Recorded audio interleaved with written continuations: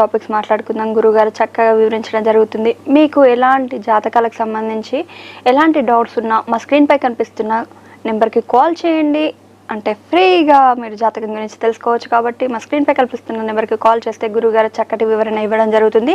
అలాగే ఏంటి అంటే ఒకవేళ పూర్తిగా మీ జాతకం తెలుసుకోవాలి అనుకుంటే మాత్రం మాకు గురువుగారు ఈవినింగ్ ఖాళీగా ఉంటారు. కాబట్టి ఆ టైంలో మా స్క్రీన్పై కనిపిస్తున్న గురువుగారి పేరు కింద గురువుగారి అపాయింట్మెంట్ నెంబర్ అని ఉంటుంది. దానికి కాల్ చేస్తే మీ జాతకం గురించి క్షుణ్ణంగా అనేది తెలుసుకోవచ్చు. మరి ఈరోజు కార్యక్రమంలోకి వెళ్ళిపోదాం.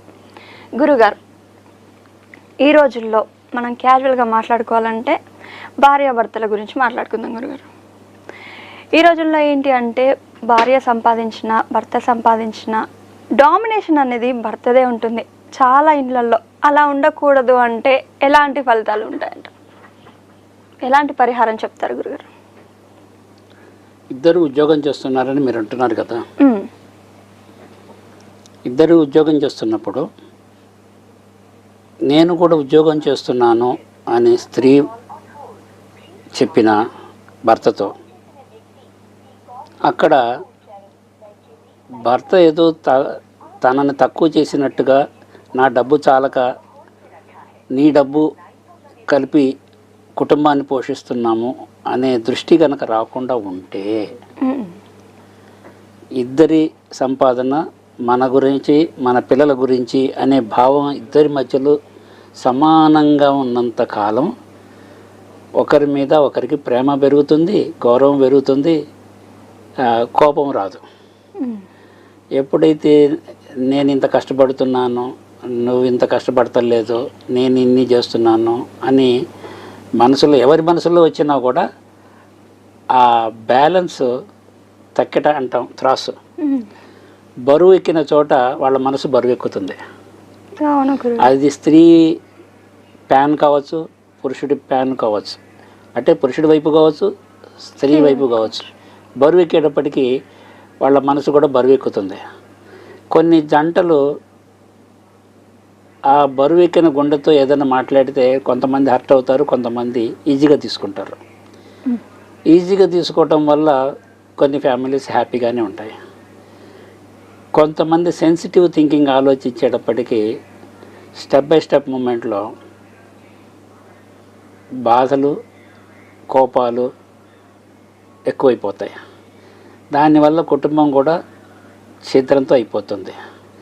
పిల్లల్ని పట్టించుకోక ఒక స్టేజ్కి వెళ్ళేటికి ఆ ఇద్దరి మధ్యలో భేదాభిప్రాయాల వలన దూరం ఏర్పడిపోయి కొంతకాలానికి తిరిగి కలుసుకోలేని పరిస్థితి అంత దూరం అయిపోతుంది. దాంతో విడాకులు వస్తాయి. సో ఇది ఎక్కడ ప్రారంభమవుతున్నది అని అంటే, ఇద్దరు ఉద్యోగం చేయాల్సిన అవసరం ఏంటి అని ఒక చోట కూర్చొని నడుచుకుంటే వాళ్ళు ఇద్దరు కలిసి సంసారం చేసేటప్పుడు కొన్ని మినిమం నీడ్స్ ఉంటాయి. సంసారానికి కావాల్సినవి మినిమం నీడ్స్ ఉంటాయి. భోజనము, పడక, సంపాదన. ఈ మినిమం నీడ్స్లో ఈ మూడు ముఖ్యమైనవి. సంపాదన కావాలి, భోజనం కడుపు నిండా కావాలి, పడుకుంటానికి విశ్రాంతి తీసుకుంటానికి వసతి కావాలి. ఈ మూడింటి గురించి ఎట్లయితే ఆలోచించి నువ్వు ఇది తీసుకొస్తే నా సంపాదన వల్ల ఇది వస్తుంది, ఇట్లా ఈ ఈఎంఐలు ఈ ఇన్స్టాల్మెంట్లు తీసుకోవచ్చు అని ఇద్దరు కూర్చొని అనుకున్నప్పుడు అన్ని ఈ వసతులతో పాటు అన్ని వసతులకు సంబంధించిన సౌకర్యాలతో ఉన్న వస్తువులన్నీ కొనుక్కోగలుగుతారు. అట్లా కాకుండా నాది వేరు అని కానీ, లేదా ఆ సంపాదనలో కొంత చెప్పకుండా దాచిపెట్టుకోవటం కానీ చేస్తే అక్కడ రావచ్చు షార్ట్ సర్క్యూట్స్ ఇద్దరి మధ్య కావచ్చు.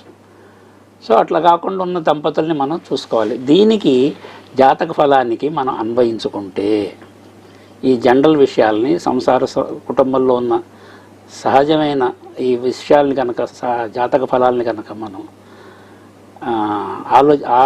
జాతక ఫలం మూలంగా కనుక ఆలోచిస్తే ఇద్దరి మధ్య ఉండవలసిన ఆకర్షణ శుక్రుడు అంటాం. ఈ శుక్రుడు భర్తని భార్య, భార్యని భర్త ఆకర్షణలో గనక పవర్ ఎక్కువ ఉంటే ఇవన్నీ నెగ్లెక్ట్ అయిపోతాయి. ఆ పోనీలే వచ్చే నెల చూసుకుందాంలే అని ఇద్దరు కలిసిమెలిసి సంసారం చేసుకుంటారు. అట్లా కాకుండా జాతకాల్లో కనుక విశ్లేషించి చూసినప్పుడు ఏదైనా తేడాలు పాపగ్రహాలు చూడటం కనుక ఉంటే ఎవరి జాతకంలో అలా ఉంటుందో ఆ శుక్రుడు దెబ్బతినటం, ఈ అన్యోన్యత దెబ్బతినిపోతుంది. ఆ ఇద్దరి మధ్య ఉండవలసిన ప్లానెట్స్ ఆ బలాల్లో సరిగా లేకపోతే దీనికి తోడు పాపగ్రహాలు కనుక తోడైతే మాట జారటం అవుతుంది. అది భర్త కావచ్చు, భార్య కావచ్చు. సంఘీభావం తగ్గిపోయి సంఘర్షణ పెరిగిపోతుంది అనమాట. ఇది ఇంతకి ఎంతో పెరిగిపోయి రేపు పొద్దున తలకాయ నొప్పి తెప్పించుకునే పరిస్థితులు కూడా వాళ్ళిద్దరి మధ్య ఏర్పడటానికి ఛాన్సెస్ ఉంటాయి. ఇది సహజంగా ఈగోయిజం అంటాం ఇంగ్లీషులో. తెలుగులో చెప్పేటప్పటికి కోపం వస్తుంది, అహంకారం అంటాం. నీకు అహంకారం ఎక్కువ దానికన్నా నీకు ఈగోయిజం ఉంది అని అంటే అంత కోపం రాదు.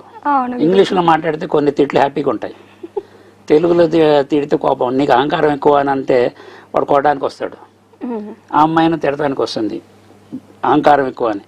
ఈ అహంకారం వల్లనే అవతల మనిషి నేనే ఎక్కువ సంపాదిస్తున్నా, నేనే ఎక్కువ పరపతి ఉన్నది అనే దానివల్ల కొట్లాట్లు వస్తాయి.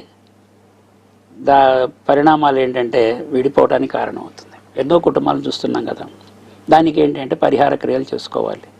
అన్యోన్యత గురించి ఏం చేయాలి అని అంటే కొన్ని శాస్త్రాలు ఉన్నాయి. మంచి పండితుడిని, మంచి జ్యోతిష పండితుడిని కలిసి ఏం చేయాలో చెప్తే ఆయన సూచనలు ఇస్తాడు. ఆ సూచనల ప్రకారంగా భార్యాభర్తలు నడుచుకుంటే వాళ్ళు పిల్లలతో హ్యాపీగా కుటుంబం సంతోషంగా నడుస్తుంది. గురుగారు, కుటుంబం అంటున్నారు. ఈ రోజుల్లో